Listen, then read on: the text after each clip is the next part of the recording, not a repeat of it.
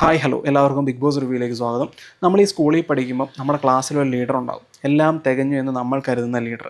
അങ്ങനെ ഒരു ലീഡറിനെ പോലെയാണ് എനിക്ക് വിക്രത്തെ തോന്നിയത്. പുള്ളിക്കാരനെ പിടിച്ച് കപ്പ് കൊടുക്കുന്ന അവസ്ഥയിലേക്കാണ് ബാക്കിയുള്ള കണ്ടസ്റ്റൻസ് ഇപ്പോൾ ചെയ്തുകൊണ്ടിരിക്കുന്നത്. ഇന്നത്തെ ഒരു ഫുൾ എപ്പിസോഡ് പോയത് ഒരു ബക്കറ്റിൻ്റെ ഇഷ്യൂവിലാണ്. ആ ബക്കറ്റിൻ്റെ ഇഷ്യൂ പറഞ്ഞിട്ട് ആ വീട്ടിൽ നിന്ന് ഒരാൾ ഇറങ്ങിപ്പോകാനും നോക്കി.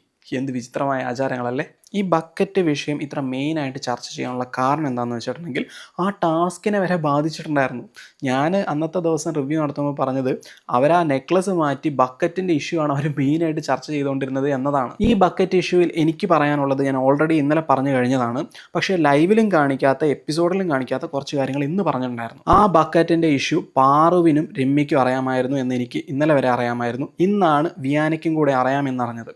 ഇത് നമ്മുടെ ലൈവിലായിക്കോട്ടെ എപ്പിസോഡിലായിക്കോട്ടെ ഈ കാര്യം കാണിച്ചിട്ടില്ല. വിയാനയ്ക്ക് അറിയാമെന്നുള്ളത്, പക്ഷേ ക്യാപ്റ്റൻ അറിയാമായിരുന്നു എന്നുള്ളത് ചെറിയൊരു കമ്മ്യൂണിക്കേഷൻ സഹിതം വേറൊരിടത്തേക്ക് ക്യാമറ വെച്ചിട്ട് പാറുവിൻ്റെയും രമ്യേൻ്റെയും കമ്മ്യൂണിക്കേഷൻ കേൾപ്പിക്കുന്നുണ്ട്. സോ ഈ കാര്യത്തിൽ ഫസ്റ്റ് മിസ്റ്റേക്ക് രമ്യ, രണ്ടാമത്തെ മിസ്റ്റേക്ക് വിയാന, മൂന്നാമത്തെ മിസ്റ്റേക്ക് പാറു, നാലാമത്തെ മിസ്റ്റേക്ക് വിക്രവുമുണ്ട്.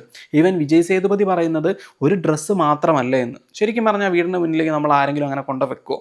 ഈവൻ നമ്മുടെ ഒരു കുടുംബക്കാരിങ്ങനെ എല്ലാവരും കൂടെ ചുറ്റും കൂടി ഇരിക്കുന്നിടത്തേക്ക് ഒരു ഡ്രസ്സ് കൊണ്ടുവെക്കുമോ? അതായത് ഡ്രസ്സ് മാത്രമല്ല ഇന്നേഴ്സും കൂടെ ആണെങ്കിൽ കൊണ്ടുവെക്കും.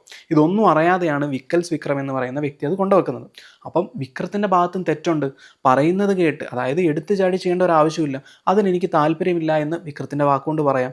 അവിടെ വിജയ് സേതുപതി അതിനെ പറയാത്തത് എനിക്ക് ഇഷ്ടപ്പെട്ടിട്ടില്ല.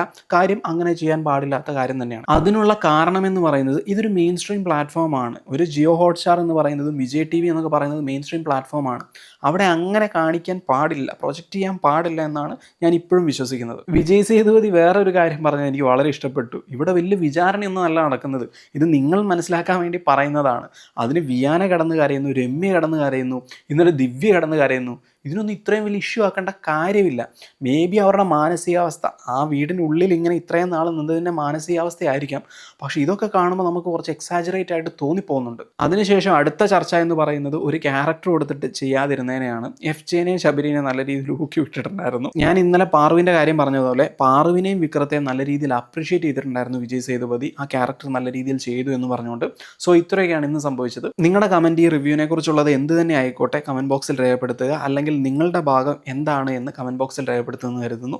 Bye bye.